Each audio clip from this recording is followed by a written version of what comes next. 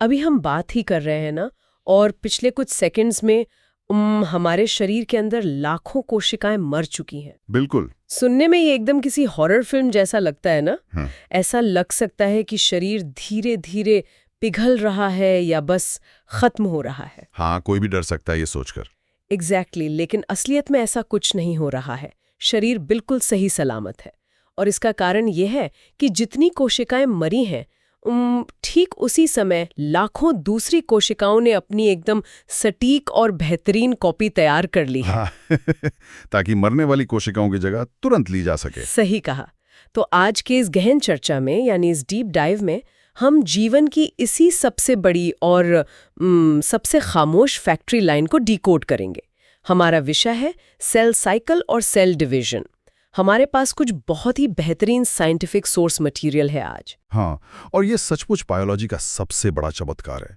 मतलब हम अक्सर बड़ी बड़ी इमारतों या मशीनों के बनने पर तो बहुत अचरज करते हैं, लेकिन हमारे भीतर एक ऐसी मशीनरी काम कर रही है जो खुद को ही बना रही है। हाँ, और खुद की ही मरम्मत भी कर रही है। बिल्कुल, और वो भी बिना किसी बाहरी मदद के।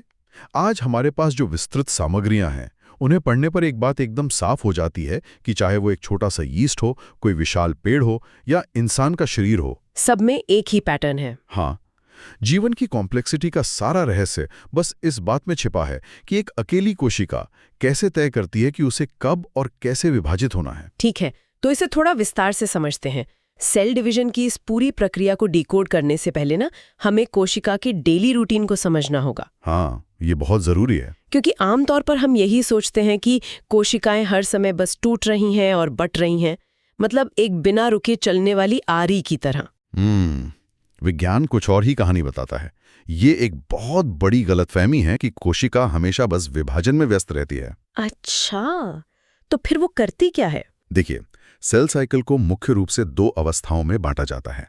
पहली है अंतरावस्था, जिसे हम इंटरफेज कहते हैं, और दूसरी है एम्प्रावस्था, यानी एम फेज या माइटोसिस, जहां असली में बंटवारा होता है। ओके। अब अगर हम एक साधारण इंसान की कोशिका का उदाहरण लें, तो उसे पूरी तरह से विभाजित होने में औसतन 24 घंटे का समय लगता है। 24 घंटे? और इस 24 घंटे में से असली बंटवारे का काम कितनी देर चलता है? यही तो सबसे दिलचस्प बात है। एक कोशिका का दो में कटना, जो कि असली एक्शन है, वो सिर्फ 1 घंटे में पूरा हो जाता है। 1 मिनट क्या? सिर्फ 1 घंटा? हाँ बिल्कुल। इसका सीधा सा मतलब यह है कि सेल साइकिल का 95% से ज्यादा समय केवल तैयारी में, यानी इंटरफेस में गुजरता है। 95% समय सिर्फ तैयारी? ये तो ऐसा है जैसे किसी 1 घंटे के नाटक के मंचन के लिए कलाकार कई महीनों तक पर्दे के पीछे रिहर्सल कर रहे हो। बहुत ही सटीक उदाहरण दिया आपने। और हाँ, ये टाइमिंग हर जीव के लिए अलग अलग होती है। जैसे यीस्ट यानी खमीर की कोशिका को ये पूरा साइकिल पूरा करने में केवल 90 मिनट लगते हैं। तो सवाल ये उठता है कि इस 95% समय में जब कोशिका बाहर से एकदम शांत दिख रही है, तब अंदर ऐसा क्या चल रहा होता है जो इतना ज्यादा समय ले लेता है? अंदर की दुनिया में ये बहुत ही जबरदस्त और व्यवस्थित निर्माण का समय होता है।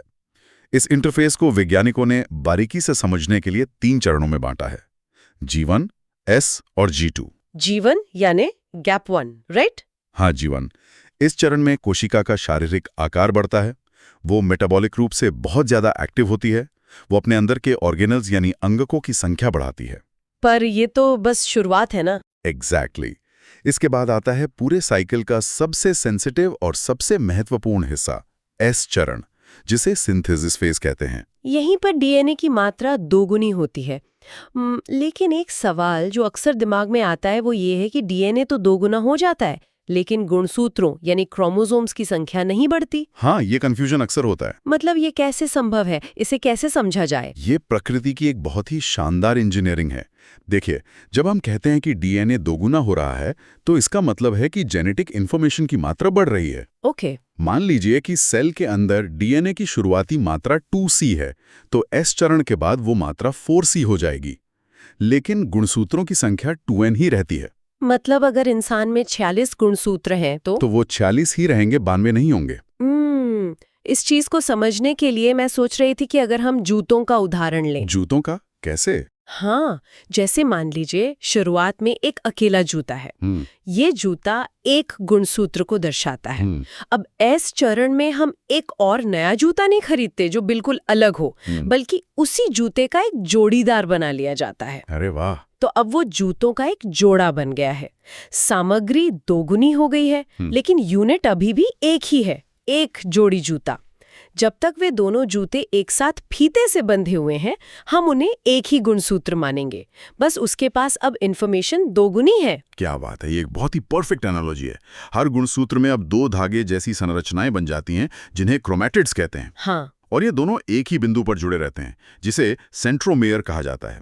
तो जब तक वे इस सेंट्रोमेयर से जुड़े हैं, वे एक ही गुणसूत्र गिने जाएंगे। समझ गई। और एक बार जब ये जटिल काम पूरा हो जाता है, तब कोशिका G2 चरण में एंट्री लेती है, जहां वो विभाजन में काम आने वाले प्रोटीन बनाती है और एनर्जी स्टोर करती है। लेकिन क्या हर कोशिका इस साइकिल से गुजरती है? क्योंकि शरीर में कुछ कोशिकाएं ऐसी भी तो होंगी जिन्हें बंटने की कोई जरूरत ही नहीं है। उनका क्या होता है? यहाँ पर एक बहुत ही स्मार्ट मैकेनिज्म काम करता है, जिसे G0 अवस्था या क्वीसेंट स्टेज कहते हैं। G0, हाँ। हाँ, वयस्क प्राणियों के शरीर में कुछ कोशिकाएं होती हैं, जैसे कि हमारे हार्ट की कोशिकाएं या फिर न्यूरॉन्स। ये लगातार विभाजित नहीं होती। जब उन्हें बंटने की जरूरत नहीं होती, तो वे G1 चरण से बाहर निकलकर इस G0 अवस्था में चली जाती हैं। तो क्या वे काम करना बंद कर देती हैं? मतलब एक तरह का संन्यास ले लेती हैं? बिल्कुल नहीं, संन्यास नहीं लेती। वे मेटाबॉलिक रूप से पूरी तरह एक्टिव रहती हैं, शरीर में अपना काम करती रहती हैं, जैसे हार्ट की कोशिकाएं धड़कने का काम करती हैं। हाँ, वो तो जरूरी है। बिल्कुल, लेकिन वे तब तक विभाजित नहीं होती जब तक कि शरीर को किसी भारी चोट या डैमेज की मरम्मत के लिए उनकी सख्त जरूरत ना हो। शरीर बेवजह अपनी एनर्जी खर्च नहीं करता। वाह, ये एनर्जी मैनेजमेंट का एक बेजोड़ तरीका है। शरीर को अच्छे से पता है कि कब ब्रेक लगाना है। एकदम सही।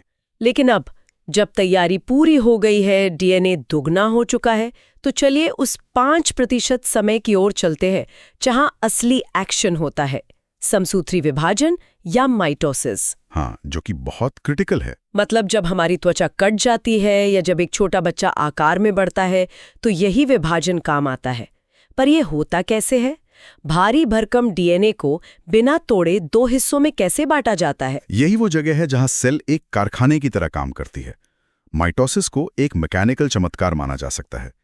इसे समझने के लिए मुख्य रूप से 4 अवस्थाओं में बांटा गया है। कौन कौन सी? प्रोफेज, मेटाफेज, एनाफेज और टीलोफेज।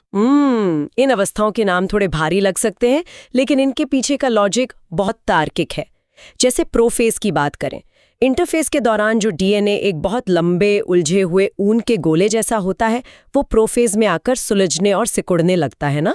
बिल्कुल, वो ठोस और स्पष्ट गुणसूत्रों का आकार ले लेता है। ऐसा होना जरूरी भी तो है। बहुत जरूरी है। इमेजिन कीजिए कि आपको एक छोटे से गमले में 2 मीटर लंबे धागे को 2 बराबर हिस्सों में बांटना है। अगर धागा उलझा हुआ रहेगा तो खींचते समय वो पक्का टूट जाएगा। हाँ, वो तो है। इसलिए कोशिका पहले उस धागे को कसकर लपेटती है, उसे कंडेंस करती है ताकि उसे आसानी से खिसकाया जा सके। और इसी दौरान एक और अद्भुत चीज होती है। कोशिका के अंदर के अंग जैसे गोल्जी काय, एंडोप्लाज्मिक रेटिकुलम और यहां तक कि न्यूक्लियर एनवलप भी पूरी तरह से गायब हो जाता है। एक मिनट, न्यूक्लियस का आवरण गायब हो जाता है? क्या ये कोशिका के लिए डेंजरस नहीं है? बिल्कुल नहीं, बल्कि ये डिवीजन की सबसे बड़ी जरूरत है। इसे ऐसे समझें जैसे किसी कारखाने में एक बहुत बड़ी मशीन को एक जगह से दूसरी जगह ले जाना है। तो जगह बनानी पड़ेगी। एग्जैक्टली। इसके लिए अंदर की सारी दीवारों को, सारे फर्नीचर को हटाकर फर्श को खाली करना पड़ता है। न्यूक्लियस का आवरण हटने से पूरी सेल एक खुला मैदान बन जाती है, जहां आप क्रोमोसोम्स को बंटने के लिए पूरी जगह मिल जाती है। ओह, यहां से बात वाकई बहुत दिलचस्प हो जाती है। फर्श खाली हो गया है, अब मेटाफेज आती है। यहाँ सारे गुणसूत्र कोशिका के एकदम बीचों बीच एक सीधी रेखा में कतारबद्ध हो जाते हैं। हाँ, इस रेखा को मेटाफेज प्लेट कहते हैं। लेकिन वे खुद ब खुद बीच में कैसे आ जाते हैं? इसके पीछे माइक्रोट्यूब्यूल्स का एक जाल काम करता है, जिसे स्पिंडल फाइबर्स कहते हैं। ये धागे सेल के दोनों विपरीत ध्रुवों से निकलते हैं और गुणसूत्रों के सेंट्रोमियर से जाकर जुड़ जाते हैं। अच्छा, तो दोनों तरफ से उन्हें पकड़ा जाता है। हाँ, यहाँ एक टग ऑफ वॉर यानी रस्साकशी का खेल चलता है। दोनों तरफ के फाइबर्स क्रोमोसोम्स को अपनी अपनी तरफ खींचते हैं। जब दोनों तरफ से बराबर खिंचाव पड़ता है तो सारे क्रोमोसोम्स अपने आप सेल के ठीक बीचों बीच आकर एक लाइन में खड़े हो जाते हैं, ताकि बंटवारे में कोई गड़बड़ न हो। बिल्कुल।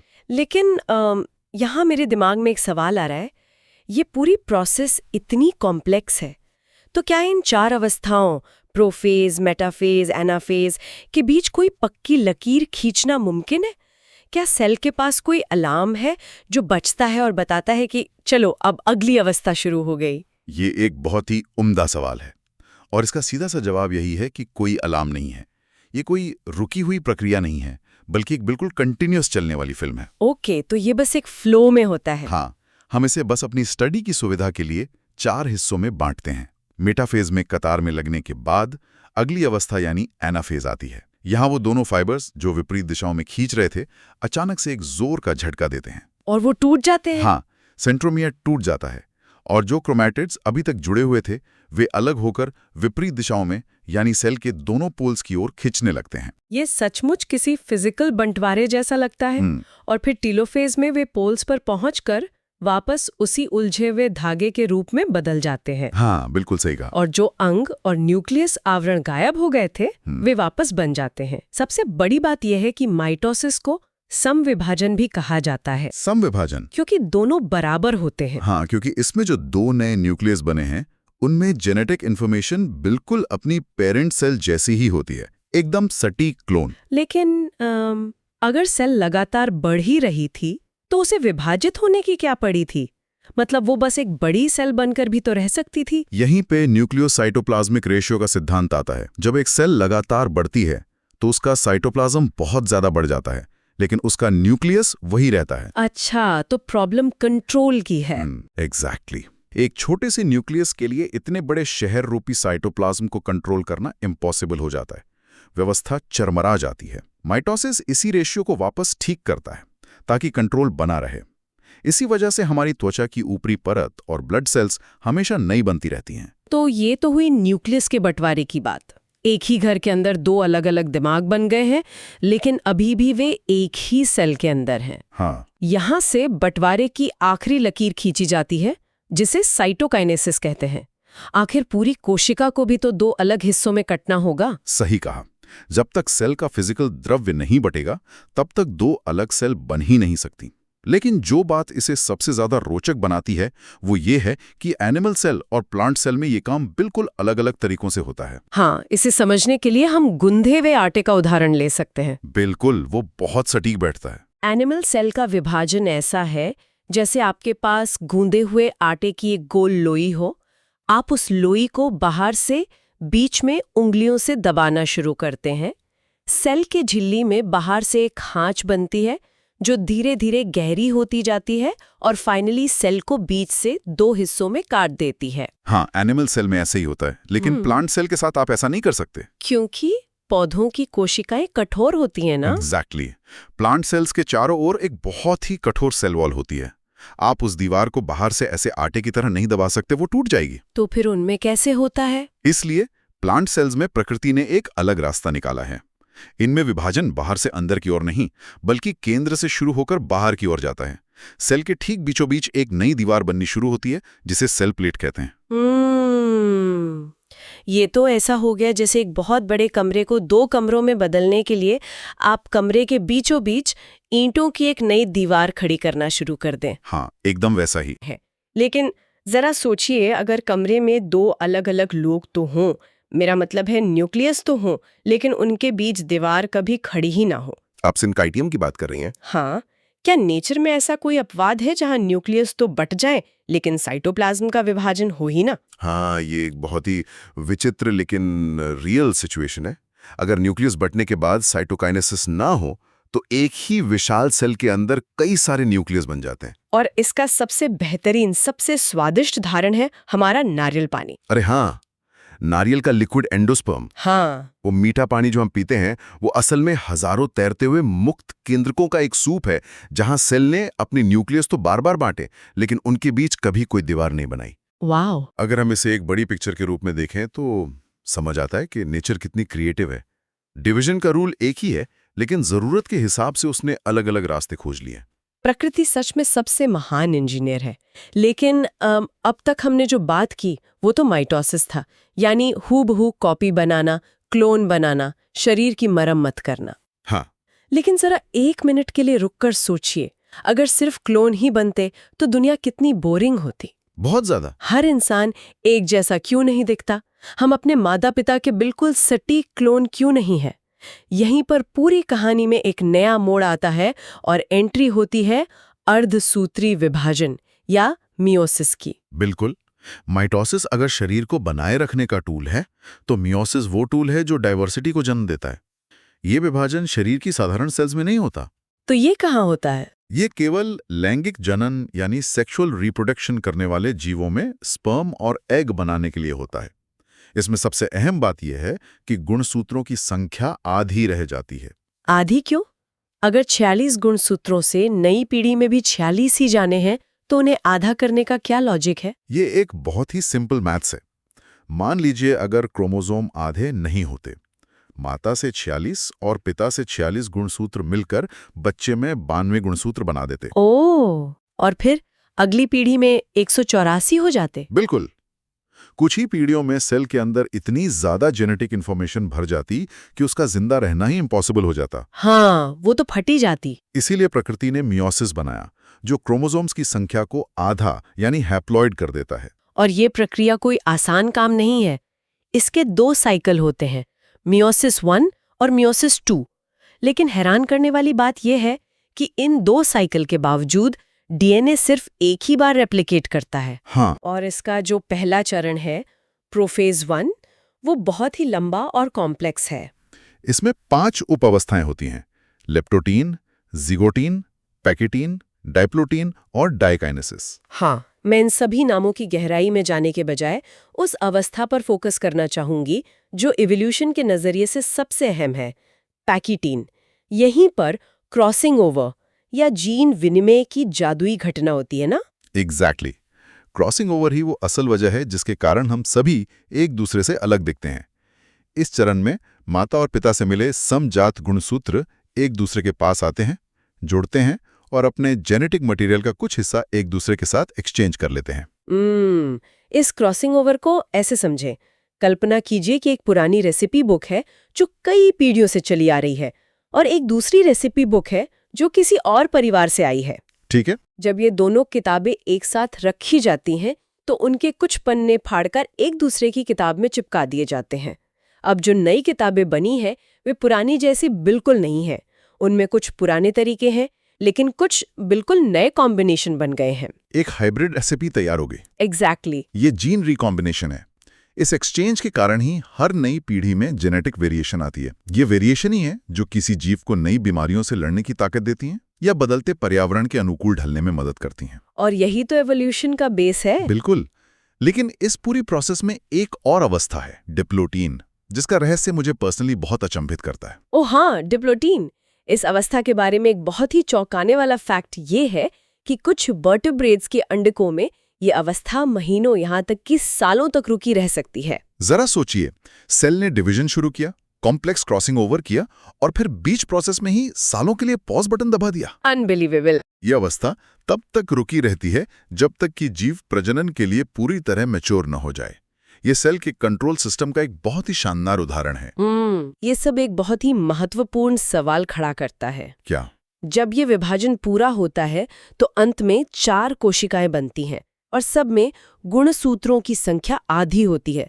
तो ये संख्या वापस पूरी कैसे होती है? इसका सीधा सा जवाब फर्टिलाइजेशन की प्रक्रिया में छिपा है। जब 23 गुणसूत्रों वाला एक स्पर्म 23 गुणसूत्रों वाले एक एग से मिलता है तो वे वापस मिलकर 46 गुणसूत्रों वाली एक पूर्ण कोशिका बना देते हैं। यानी आधी आधी इंफॉर्मेशन मिलकर फिर से एक मुकम्मल जीव बना देती है। बिल्कुल। इस तरह हर पीढ़ी में गुणसूत्रों की संख्या आधी होने के बावजूद निषेचन के समय वो संख्या वापस पूरी हो जाती है। ये तो बहुत ही ब्यूटीफुल साइकिल है ना? ये सुनिश्चित करता है कि किसी भी प्रजाति में फिक्स संख्या हमेशा बची रहे, जैसे इंसान में 46, कुत्ते में 78 और साथ ही क्रॉसिंग ओवर के जरिए नई विविधताएं भी जुड़ती रहें। तो इस सब का असल मतलब क्या है? आज की इस डीप डाइव को अगर हम समेटें तो हमने देखा कि सेल साइकिल किसी भी मॉडर्न कारखाने की मशीनरी से कहीं ज्यादा सटीक प्रक्रिया है। हाँ, एकदम। एक तरफ समसूत्री विभाजन है जो एक वफादार और मेहनती कारीगर की तरह रोजाना हमारी त्वचा, रक्त और आंतों की मरम्मत कर रहा है। वो बिना रुके, बिना थके हमारी एकदम सटीक कॉपी बना रहा है ताकि हम जीवित रह सकें। और दूसरी तरफ मियोसिस है जो एक विजनरी आर्टिस्ट की तरह काम कर रहा है। वो पुरानी रेसिपी में नए मसाले मिला रहा है, पीढ़ियों को नया आकार दे रहा है और इस धरती पर एवोल्यूशन का पूरा पहिया घुमा रहा है। बिल्कुल। लेकिन जाते जाते एक अंतिम विचार जो शायद सब कुछ देखने के नजरिए को ही बदल दे। बताइए। हमने उस क्रॉसिंग ओवर की बात की जहां क्रोमोसोम्स अपनी इंफॉर्मेशन एक्सचेंज करते हैं। जरा सोचिए, आज हम जो इंसान हैं, हमारी जो भी संरचना है, वो सेल डिवीजन की एक ऐसी अटूट श्रृंखला का रिजल्ट है जो पिछले 3.5 अरब सालों से चली आ रही है। बाप रे, 3.5 अरब साल। हाँ, अगर उस चेन में एक भी बंटवारा गलत हो जाता तो शायद हम यहाँ ना होते। ये बहुत ही पावरफुल थॉट है। हर डिवीजन को बिल्कुल परफेक्ट होना था। और फिर भी क्या हो अगर इस बेहद सटीक डीएनए कॉपी करने वाली मशीनरी में कभी कोई मामूली सी गलती हो जाए? गलती? हाँ, हम अक्सर गलती को एक विनाशकारी चीज मानते हैं, लेकिन असल में नेचर में होने वाली ये गलतियां या म्यूटेशंस हमेशा बुरी नहीं होती। क्रॉसिंग ओवर के दौरान होने वाली इन्हीं सूक्ष्म त्रुटियों के कारण लाखों करोड़ों वर्षों में नए और बेहतर जीवों का विकास हुआ है। बिल्कुल सही कहा आपने। जो जीव बदलते पर्यावरण में जिंदा रह पाए, वे इन्हीं अनियोजित गलतियों के कारण ही रह पाए। शायद मानव मस्तिष्क की ये अद्भुत बुद्धिमत्ता, ये सोचने समझने की क्षमता और हमारी पूरी सभ्यता भी सेल डिवीजन के दौरान लाखों साल पहले हुई किसी ऐसी ही प्राचीन भाग्यशाली गलती का ही परिणाम है। मैं पूरी तरह सहमत हूँ। बहुत ही गहरा विचार है ये। इसी उत्तेजक विचार के साथ जीवन की इस सूक्ष्म लेकिन सबसे पावरफुल मशीनरी की इस डीप डाइव को हम यही विराम देते हैं। बिल्कुल। जुड़े रहिए और ज्ञान की इन गहराइयों में हमेशा कुछ नया खोजते